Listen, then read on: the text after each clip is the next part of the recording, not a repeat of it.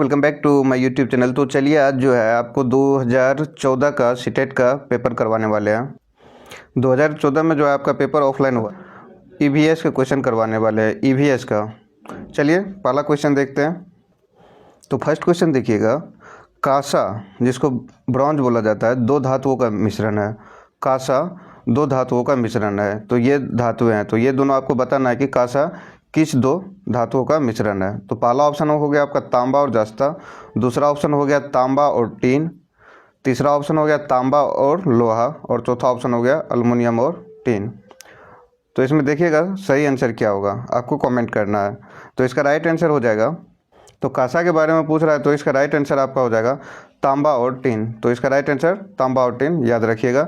ये 2014 का पूछा हुआ पेपर है, ऑफलाइन मोड में हुआ था 2014 में एग्ज़ाम। इसी तरह आपको अभी रिसेंट ईयर तक जो है 2023 का अगस्त में जो एग्ज़ाम हुआ था, तो 2023 के अगस्त तक का क्वेश्चन करवा देंगे।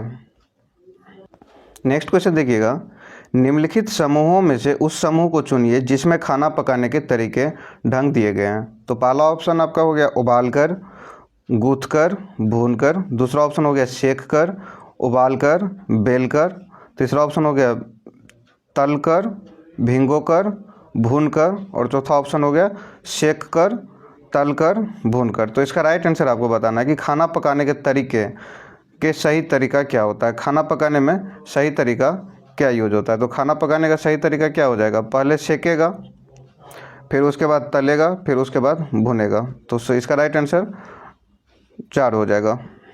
चलिए नेक्स्ट क्वेश्चन देखते हैं। नेक्स्ट क्वेश्चन है, माउंट एवरेस्ट के विषय में सही कथन चुनिए। तो पहला ऑप्शन आपका हो गया, यह जम्मू कश्मीर का भाग है और इसकी चोटी की ऊंचाई 8900।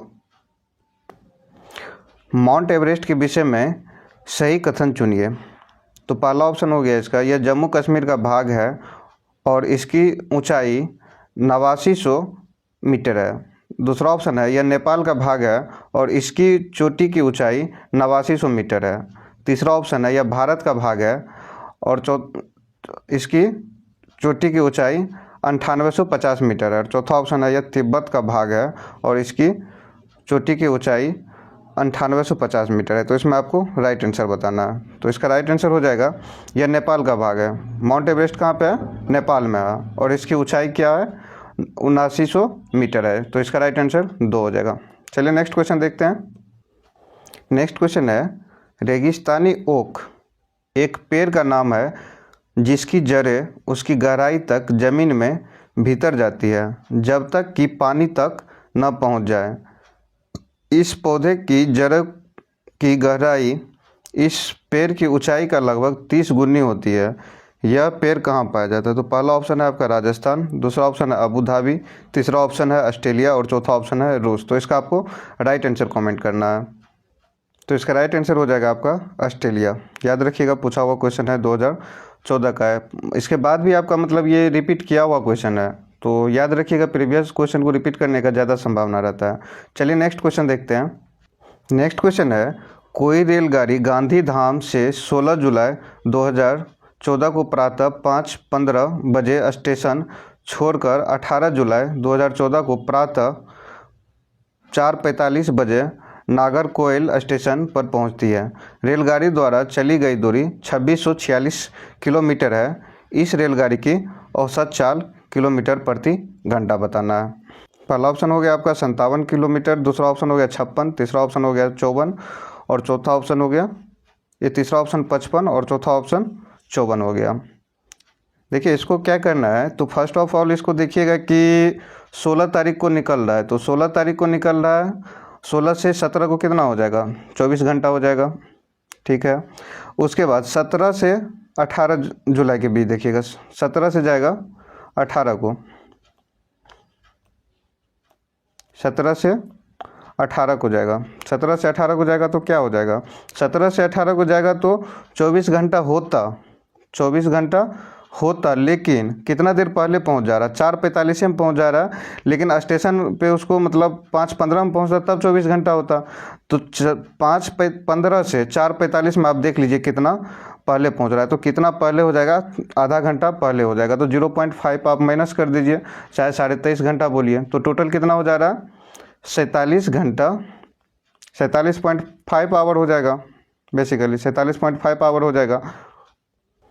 औसत चाल का फॉर्मूला क्या होता है? दूरी बटे चाल, दूरी बटे समय होता है। तो दूरी बटे समय कीजिएगा तो दूरी कितना हो गया आपका 2646 और डिवाइड कीजिएगा कितना से 47.5 से, 47.5 हो जाएगा।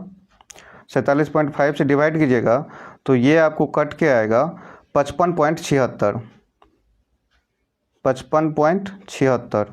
तो 55.76 आ रहा है, तो आप इसको एवरेज 56 ले सकते हैं, जिसका मतलब 56 के आसपास का वैल्यू हो जाएगा। क्या कि 55.76 आ रहा है, तो 55.76 आ रहा है तो 54 भी नहीं होगा, 55 भी 57 भी नहीं होगा, तो इसका राइट आंसर 56 हो जाएगा। 55.76 आ रहा है तो इसका डेसिमल वैल्यू आप ले सकते हैं 56, तो इसका राइट आंसर 56 हो जाएगा। चलिए नेक्स्ट क्वेश्चन देखते हैं। नेक्स्ट क्वेश्चन है, बिहार राज्य के लोगों के लिए मधुमक्खी पालन शुरू करने की सबसे अच्छी अवधि कौन सी है? तो पहला ऑप्शन देखिएगा जनवरी से मार्च, दूसरा ऑप्शन है अप्रैल से जून, तीसरा ऑप्शन है जुलाई से सितंबर और चौथा ऑप्शन है अक्टूबर से दिसंबर। तो अक्टूबर से दिसंबर चौथा ऑप्शन हो गया आपका। तो इसमें राइट आंसर आपको बताना है कि बिहार राज्य के लोगों के लिए मधुमक्खी पालन करने की सबसे अच्छी अवधि कौन सी है? तो ये हो जाएगा आपका अक्टूबर से दिसंबर, अक्टूबर से दिसंबर राइट आंसर हो जाएगा। चलिए नेक्स्ट क्वेश्चन देखते हैं। नेक्स्ट क्वेश्चन है, खेजड़ी वृक्ष के बारे में सही कथन चुनिए। तो खेजड़ी के बारे में जो है 2021 और 2022 में भी पूछा हुआ क्वेश्चन है, ये VVI है, आप लोग याद रखिएगा, VVI क्वेश्चन है, काहे कि बार बार ये क्वेश्चन पूछा जा रहा है। पहला ऑप्शन है इसका, यह वृक्ष मुख्यतः राजस्थानी क्षेत्रों में पाया जाता है। दूसरा ऑप्शन है, इसे अधिक जल की आवश्यकता नहीं होती। तीसरा ऑप्शन है, यह छायादार वृक्ष है जिसकी छाया में बच्चे खेलना पसंद करते हैं। चौथा ऑप्शन है, यह अपने तने में जल एकत्र करता है और लोग पतले पाइप से इस जल को पीते हैं। तो देखिए खेजड़ी वृक्ष के बारे में पूछ रहा है, तो खेजड़ी वृक्ष जो है क्या होता है? रेगिस्तान का पौधा है, रेगिस्तान में पाया जाता है, यह मुख्यतः रेगिस्तान क्षेत्र में पाया जाता है। तो यही आपका इसका राइट आंसर हो जाएगा, यह मुख्यतः रेगिस्तान क्षेत्रों में पाया जाता है। और जो ये ऑप्शन है कि जल की अधिक आवश्यकता नहीं होती है, तो नहीं, इसको जल की आवश्यकता होती है, लेकिन इसका जड़ जो है लंबा होता है और वो बहुत नीचे तक गया हुआ रहता है, जिसके कारण वो पानी मतलब आवश्यकता अनुसार ले लेता है। तीसरा ऑप्शन है, यह छायादार पेड़ जिसकी छाया में बच्चा खेलना पसंद करते थे। तो बिल्कुल गलत है, कांटा टाइप का। देखिएगा खेजड़ी वृक्ष के बारे में सही कथन चुनिए। तो पहला ऑप्शन आपका हो गया, यह वृक्ष मुख्यतः रेगिस्तानी क्षेत्रों में पाया जाता है। दूसरा ऑप्शन हो गया, इसे अधिक जल की आवश्यकता नहीं होती। तीसरा ऑप्शन है, यह छायादार वृक्ष है जिसकी छाया में बच्चे खेलना पसंद करते हैं। और चौथा ऑप्शन है, यह अपने तने में जल एकत्र करता है और लोग इसे पतले पाइप से पीते हैं। तो इसमें आपको राइट आंसर बताना है कि कौन कौन सा कथन सही है। तो पहला कथन देखिएगा, यह वृक्ष मुख्यतः रेगिस्तानों क्षेत्र में पाया जाता है, तो रेगिस्तानी क्षेत्रों में पाया जाता है, ये सही है। दूसरा ऑप्शन देखिएगा, इसे अधिक जल की आवश्यकता नहीं होती है। अगर रेगिस्तानी भाग में तो स्वाभाविक है कि वहाँ पे पानी का मात्रा कम रहेगा, तो वहाँ पे पानी ज़्यादा जो जल नहीं आवश्यकता होगा वही पौधा जीवित रह सकता है, अच्छा से रह सकता है। नेक्स्ट देखिएगा, यह छायादार वृक्ष, हाँ यह छायादार वृक्ष है जिसकी छाया में बच्चे खेलना पसंद करते हैं। तो बच्चे छाया है तो खेलना पसंद करेगा, तो इसका राइट आंसर हो जाएगा एक हो जाएगा 1 2 3 1 2 3 इसका राइट आंसर हो जाएगा। तो ऑप्शन ए या ऑप्शन पहला। चलिए नेक्स्ट क्वेश्चन देखते हैं। नेक्स्ट क्वेश्चन देखिएगा, हाथियों के विषय में नीचे दिया गया कौन सा कथन सही है? तो हाथी के बारे में, ये जानवर के बारे में प्रत्येक बार कोई ना कोई क्वेश्चन पूछा ही जाता है, तो हाथी के विषय में आपको सही बताना है कि कौन सा कथन सही दिया हुआ। हाथी अपना अत्यधिक भार होने के कारण बहुत आराम करना पसंद करते हैं। दूसरा ऑप्शन है, 3 महीने के बच्चे का भार सामान्यतः 2 क्विंटल होता है, यही इसका राइट आंसर हो जाएगा। 3 महीना का जो बच्चा होता है ना, तो उसका लगभग 2 क्विंटल होता है वजन, ठीक है। तो इसका राइट आंसर 2 हो जाएगा। चलिए नेक्स्ट क्वेश्चन देखते हैं। नेक्स्ट क्वेश्चन देखिएगा, ब्रेल लिपि में मोटे कागज पर उभरे हुए बिंदु बने होते हैं, यह लिपि आधारित होती है। तो ब्रेल लिपि पर जो है मोटे कागज पे उभरे हुए बिंदु बने होते हैं, यह लिपि आधारित होती है। तो मतलब क्या वो बिंदु पे आधारित होता है? तो पहला ऑप्शन आपका 4 बिंदु हो गया, दूसरा ऑप्शन 6 बिंदु हो गया, तीसरा ऑप्शन 8 बिंदु हो गया और चौथा ऑप्शन 10 बिंदु हो गया। तो इसका राइट आंसर हो जाएगा आपका 6 बिंदु। तो बड़े लिपि में जो है मोटे कागज पर उभरे हुए बिंदुओं बने होते हैं, तो इसमें 6 बिंदु बना होता है, तो इसका राइट आंसर 6 बिंदु हो जाएगा। चलिए नेक्स्ट क्वेश्चन देखते हैं। नेक्स्ट क्वेश्चन है, निम्नलिखित पक्षियों में से कौन काफ़ी हद तक अपनी गर्दन को पीछे तक घुमा सकता है? तो जैसे मतलब आगे देख रहा है, पीछे की तरफ बहुत फास्ट में कौन सा पक्षी देख सकता है, तो वो आपको आंसर बताना है। तो पहला ऑप्शन आपका मैना हो गया, दूसरा ऑप्शन उल्लू हो गया, तीसरा ऑप्शन कौवा हो गया और चौथा ऑप्शन कोयल हो गया। तो सबसे झटके में कौन मतलब घुमा सकता है अपना गर्दन? तो सबसे झटके में उल्लू आपका गर्दन घुमाता है, तो इसका राइट आंसर उल्लू हो जाएगा। चलिए नेक्स्ट क्वेश्चन देखते हैं। नेक्स्ट क्वेश्चन है, हमारे देश के नीचे दिए गए भाग में खाने की चीज़ जैसे टेपिओवा और नारियल को लोग अपने घर के आंगन में ही उगाते हैं और इन्हें इससे बने खाना का स्वाद बहुत अच्छा लगता है। तो पहला ऑप्शन आपको हो गया आंध्र प्रदेश, दूसरा ऑप्शन असम हो गया, तीसरा ऑप्शन गोवा हो गया और चौथा ऑप्शन केरल हो गया। तो इसमें आपको राइट आंसर बताना है कि टेपिओवा और नारियल के तेल को कहाँ के लोग पसंद करते हैं। तो इसका राइट आंसर आपका केरल हो जाएगा। केरल में जो है नारियल का उत्पादन होता है और वहाँ पे जो है नारियल के तेल में सब्जी उब्जी भी बनता है, तो इसका राइट आंसर केरल हो जाएगा। चलिए नेक्स्ट क्वेश्चन देखते हैं। नेक्स्ट क्वेश्चन देखिएगा, कोई डॉक्टर एक मरीज को खाने के लिए कुछ दवाइयाँ लिखता है और साथ ही गुड़, आंवला और हरी पत्तेदार सब्जियाँ जरूर खाने का सुझाव देता है। यह मरीज किस रोग से पीड़ित होना चाहिए? तो पहला ऑप्शन आपका बुखार हो गया, दूसरा ऑप्शन मियादी बुखार हो गया, तीसरा ऑप्शन मलेरिया हो गया और चौथा ऑप्शन एनीमिया हो गया। तो इसका राइट आंसर बताना है कि मरीज खाने के लिए कुछ दवाई लिखता है और हाथ में गुड़, आंवला और हरी पत्तेदार सब्जी जरूर खाने का सुझाव देता है, तो मरीज किस रोग से पीड़ित है? तो इसका राइट आंसर आपका हो गया एनीमिया। तो इसका राइट आंसर एनीमिया हो जाएगा, ऑप्शन 4। चलिए नेक्स्ट क्वेश्चन देखते हैं। नेक्स्ट क्वेश्चन आपका हो गया, कुछ पक्षी हमारा तुलना में 4 गुनी अधिक दूरी तक देख सकते हैं, ये पक्षी। तो पहला ऑप्शन आपका हो गया कौवा, चील, बुलबुल, दूसरा ऑप्शन हो गया बाज, कबूतर, तोता, तीसरा ऑप्शन हो गया चील, बाज, गिद्ध और चौथा ऑप्शन हो गया पाख्ता, कौवा, मोर। तो इसमें आपको राइट आंसर बताना है, कुछ पक्षी हमारी तुलना में 4 गुनी, जैसे हम मतलब जितना दूर तक देखते हैं उसका 4 गुना ये पक्षी देख लेता है। तो इसका राइट आंसर बताना है क्या होगा? तो इसका राइट आंसर आपका हो गया चील, बाज, गिद्ध, ये सबसे ज़्यादा डिस्टेंस तक देख सकता है। तो इसका राइट आंसर। नेक्स्ट क्वेश्चन देखिएगा, भारत के मानचित्र में दिल्ली की स्थिति के सापेक्ष हिमाचल प्रदेश की राजधानी शिमला और मध्य प्रदेश की राजधानी भोपाल क्रमशः स्थित है दिल्ली के। तो दिल्ली से आपका क्या हो जाएगा? ये आपका यहाँ पे आपका दिल्ली हो गया, दिल्ली के सापेक्ष, तो दिल्ली के सापेक्ष शिमला यहाँ पे है, तो शिमला उत्तर हो जाएगा और भोपाल यहाँ नीचे है, तो भोपाल क्या हो जाएगा? दिल्ली के सापेक्ष दक्षिण हो जाएगा।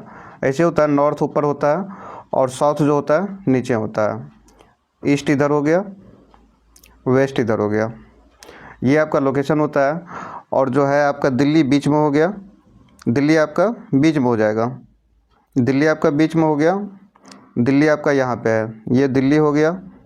उसके बाद ये आपका शिमला हो गया और ये आपका भोपाल हो गया। तो दिल्ली के सापेक्ष, तो दिल्ली के सापेक्ष शिमला उत्तर हो जाएगा, तो उत्तर की ओर। और जो है आपका भोपाल पूछ रहा है, तो भोपाल क्या हो जाएगा?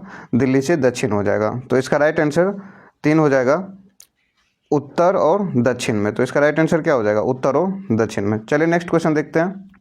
नेक्स्ट क्वेश्चन देखिएगा, ईवीएस संक्षेपण डैश का अर्थ प्रयुक्त होता है। तो पहला ऑप्शन है एनवायरमेंटल स्किल्स, दूसरा ऑप्शन हो गया एनवायरमेंटल साइंस, तीसरा ऑप्शन हो गया एनवायरमेंटल सोर्सेज और चौथा ऑप्शन हो गया एनवायरमेंटल स्टडीज़। तो इसका राइट आंसर हो जाएगा एनवायरमेंटल स्टडीज़। चलिए नेक्स्ट क्वेश्चन देखते हैं। नेक्स्ट क्वेश्चन है, निम्नलिखित में से कौन सा प्राथमिक स्तर पर पर्यावरण अध्ययन के शिक्षण का उद्देश्य नहीं है? तो पहला ऑप्शन हो गया आपका शिक्षा कक्ष में होने वाले अधिगम को विद्यालय के बाहर की दुनिया के साथ जोड़ना, दूसरा ऑप्शन हो गया शिक्षक शिक्षा कक्ष में करे अनुशासन को सुनिश्चित करें, तीसरा ऑप्शन हो गया आपका बच्चों को प्रश्न पूछने के लिए आवश्यक अभिप्रेरित करना और चौथा ऑप्शन हो गया बच्चों को अपने निकटतम परिवेश के परिचय प्राप्त करने के लिए अभिप्रेरित करना। तो इसका राइट आंसर आपको बताना है कि कौन सा शिक्षण का उद्देश्य नहीं है। तो ये आपका 2 नंबर का ऑप्शन हो जाएगा, नहीं है। शिक्षक कक्ष में बड़े अनुशासन को सुनिश्चित करें। तो ये कड़ा अनुशासन का नहीं करना चाहिए। चलिए नेक्स्ट क्वेश्चन देखते हैं। नेक्स्ट क्वेश्चन है, आंचल अपने कक्षा 5 में पर्यावरण अध्ययन की कक्षा में अक्सर गहन जांच पड़ताल वाले और कल्पनाप्रक प्रश्न पूछती है। उसके द्वारा इस प्रकार के प्रश्न का उद्देश्य डैश सुधार करना है। तो पहला ऑप्शन हो गया अवलोकक कौशलों को, तीसरा ऑप्शन हो गया आपका संवेगात्मक कौशलों को, तीसरा ऑप्शन हो गया चिंतन कौशलों में, और चौथा ऑप्शन हो गया बोलने संबंधी कौशलों में। तो इसका राइट आंसर आपको कमेंट करके बताना है। तो इसका राइट आंसर हो जाएगा चिंतन कौशलों में। तो इसका राइट आंसर चिंतन कौशलों में हो जाएगा। चलिए नेक्स्ट क्वेश्चन देखते हैं। नेक्स्ट क्वेश्चन है, खेल हम जो खेलते हैं प्रकरण के शिक्षण में शिक्षार्थियों की अधिकतम भागीदारिता के लिए निम्न में से कौन सी शिक्षण युक्ति प्रभावी होगी। इसका क्वेश्चन लंबा था तो उतना मतलब बहुत छोटा छोटा लिखा जाता है, तो इसलिए आपको जो है इसका आंसर पहला ही ऑप्शन था, तो इसलिए हम एक ऑप्शन सिर्फ ले लिए। शिक्षार्थियों को खेल के मैदान में ले जाना, उन्हें अलग अलग दिनों में अलग अलग खेल खिलाना, यही हो जाएगा आपका राइट आंसर। चलिए नेक्स्ट क्वेश्चन देखते हैं। नेक्स्ट क्वेश्चन है, निम्नलिखित में से कौन सा पर्यावरण की कक्षा में रूपात्मक आकलन का समुचित कार्य नहीं है। तो इसमें नहीं लगा हुआ है, देख लीजिएगा ध्यान से। पहला ऑप्शन है, पाठ में दी गई महत्वपूर्ण शब्दावली की परिभाषा का व्याख्या करना, ये तो सही है। दिए गए प्रयोगात्मक क्रियाकलाप को पूरा करना और अपने अवलोकन को दर्ज करना, ये भी सही है। तीसरा ऑप्शन है, दिए गए प्रयोगात्मक प्रारूप के चिन्हांकन वाले आरेख बनाना, और चौथा ऑप्शन है जल प्रदूषण की हानि के विषय में चर्चा करना, और चौथा ऑप्शन है जल हानि प्रदूषण के हानि के विषय में चर्चा करना। तो ये क्या लिख रहा है कि आकलन रूपांतर समुचित कार्य नहीं है, तो नहीं आपका हो जाएगा ऑप्शन डी हो जाएगा, जल प्रदूषण के हानि के विषय में चर्चा करना। तो ऑप्शन में आपका नहीं है, यहाँ पे ध्यान रखिएगा, नहीं है, इसलिए ये आंसर हो जाएगा, नहीं तो बाकी तीनों सही है। चलिए नेक्स्ट क्वेश्चन देखते हैं। नेक्स्ट क्वेश्चन आपका जीव जंतुओं पर आधारित पाठ को पढ़ाने वाले शीतल कक्षा 4 में शिक्षार्थियों के लिए चिड़ियाघर का भ्रमण का आयोजन करती है। यह डैश शिक्षार्थियों की मदद करेगा। पहला ऑप्शन आपका हो गया वन्य जीव जंतु संरक्षण के कौशलों के विकास, दूसरा ऑप्शन आपका हो गया दैनिक समय सारणी की चर्चा में बदलाव, तीसरा ऑप्शन हो गया कक्षीय अधिगम का वास्तविक जीवन की परिस्थिति से जोड़ना, और चौथा ऑप्शन हो गया आपका जीव जंतुओं को पालतू कैसे बनाया जाता है इसके प्रति संवेदना। तो इसका राइट आंसर बताना है कि जब चिड़ियाघर का परिभ्रमण करवाता है तो शिक्षार्थियों को क्या ज्ञान देना चाहता है। तो इसका राइट आंसर आपका हो जाएगा कक्षीय अधिगम की वास्तविक जीवन परिस्थितियों के साथ जोड़ना, इसका राइट आंसर हो जाएगा। चलिए नेक्स्ट क्वेश्चन देखते हैं। नेक्स्ट क्वेश्चन है, शालिनी कक्षा 5 के शिक्षार्थियों को पोषण पर आधारित प्रकरण से परिचित कराना चाहती है। उन्हें श्यामपट्ट पर पाचन तंत्र का आरेख बनाना चाहिए, पोषण तत्वों से भरपूर विभिन्न प्रकार के भोजन के उदाहरण देने चाहिए। तीसरा ऑप्शन है विभिन्न प्रकार के भोजनों को प्रदर्शित करने वाले चार्ट का प्रयोग करना चाहिए, और चौथा ऑप्शन है शिक्षार्थियों से कहना चाहिए कि वे अपने अपने टिफिन बॉक्स खोलें, उसके तत्वों का अवलोकन करें। तो यही आपका राइट आंसर हो जाएगा ऑप्शन 4। चलिए नेक्स्ट क्वेश्चन देखते हैं। नेक्स्ट क्वेश्चन है, रश्मि को यह सिखाया जाता है कि वह प्रश्न पत्र बनाते समय निम्न चरणों का अनुपालन करें।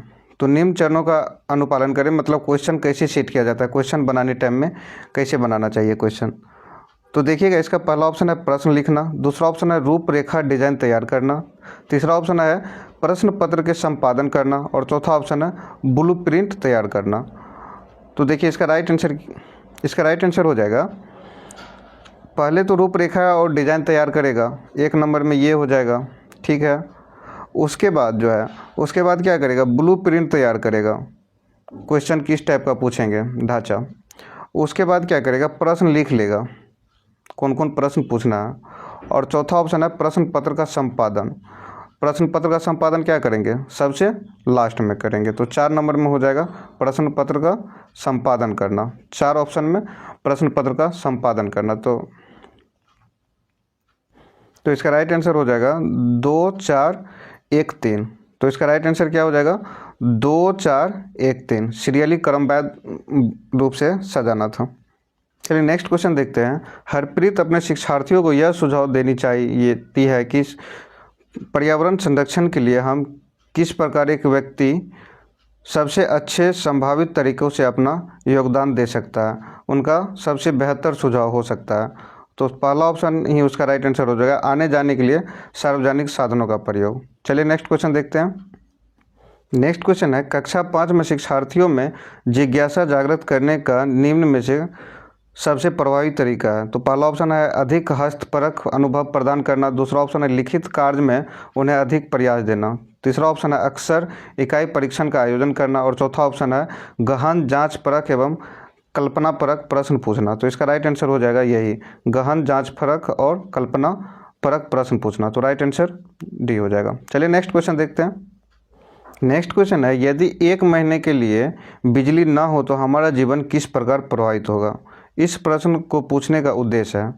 तो पहला ऑप्शन है समुचित तरीके से बिजली का प्रयोग करने के प्रति शिक्षार्थियों को संवेदनशील बनाना, दूसरा ऑप्शन हो गया बिजली के स्रोतों के विषय में शिक्षार्थियों का आकलन कराना, तीसरा ऑप्शन हो गया शिक्षार्थियों के कल्पना परक और चिंतन परक कौशलों का विकास करना और चौथा ऑप्शन हो गया शिक्षार्थियों के सामान्य जानकारी का आकलन करना। तो इसका राइट आंसर आपको बताना है कि राइट आंसर क्या हो जाएगा कि अगर 1 महीना के लिए बिजली ना हो तो हमारा जीवन किस प्रकार प्रभावित होगा। तो टीचर क्या बताना चाहता है, मतलब जो क्वेश्चन पूछने का उद्देश्य क्या है, तो इसका पूछने का उद्देश्य है कि शिक्षार्थियों के कल्पना परक और चिंतन परक कौशलों का विकास करना। तो राइट आंसर 3 हो जाएगा। चलिए नेक्स्ट क्वेश्चन देखते हैं। नेक्स्ट क्वेश्चन है, कक्षा 5 में पर्यावरण अध्ययन की पाठ्य पुस्तक के एक पाठ में सर्वेक्षण और लेखन पर एक भाग का मुख्य उद्देश्य है। तो पहला ऑप्शन हो गया शिक्षार्थियों का समान जानकारी का आकलन करना, दूसरा ऑप्शन हो गया शिक्षार्थियों को अक्सर उपलब्ध कराना कि वे चीज़ों को खोजें और सीखें, तीसरा ऑप्शन हो गया विषय और आधारभूत अवधारणाओं को सीखने में शिक्षार्थियों की मदद करना और चौथा ऑप्शन हो गया शिक्षार्थियों के व्यवहारिक कौशलों में सुधार करना। तो आपको क्वेश्चन पूछा जा रहा है कि कक्षा 5 में पर्यावरण अध्ययन के पाठ्य पुस्तक के एक पाठ में सर्वेक्षण और लेखन पर एक भाग का मुख्य उद्देश्य है। तो इसका राइट आंसर आपको कमेंट करना है। तो राइट आंसर इसका हो जाएगा शिक्षार्थियों को अक्सर उपलब्ध कराना कि वे चीज़ों को खोजें और सीखें। चलिए नेक्स्ट क्वेश्चन देखते हैं। 89 का देखिएगा, वृक्ष संरक्षण का अवधारणा के विषय में शिक्षार्थियों को संवेदनशील बनाने के लिए गुंजन निम्नलिखित कार्यकलाप का आयोजन करती है। तो पहला ऑप्शन है प्रत्येक शिक्षार्थियों को इस बात के लिए प्रोत्साहित करना कि वे एक दूसरे को वृक्ष को अपनाएं और उसकी देखभाल करें। नेक्स्ट ऑप्शन देखिएगा। नेक्स्ट ऑप्शन है वन संरक्षण पर वाद विवाद प्रतियोगिता का आयोजन करना, तीसरा ऑप्शन है वृक्षों पर आधारित पोस्टर निर्माण संबंधी प्रतियोगिता का आयोजन करना और चौथा ऑप्शन है शिक्षार्थियों को कटी लकड़ियों के भंडारण दिखाना। वांछित उद्देश्य को प्राप्त करने के लिए ऊपर दी गई गतिविधियों में से कौन सी कम प्रभावी होगी। तो ये आपका 4 जो है सबसे कम प्रभावी होगा। शिक्षार्थियों को कटी लकड़ियों के भंडारण दिखाना, तो कटी लकड़ी का भंडारण दिखाएगा तो उससे कुछ ज़्यादा उसको नॉलेज तो नहीं आएगा कि मतलब क्या है न है, बाद बाकी आपका 3 ऑप्शन जो है तो 3 ऑप्शन पे जो है ज़्यादा जानकारी मिलेगा। चलिए नेक्स्ट क्वेश्चन देखते हैं।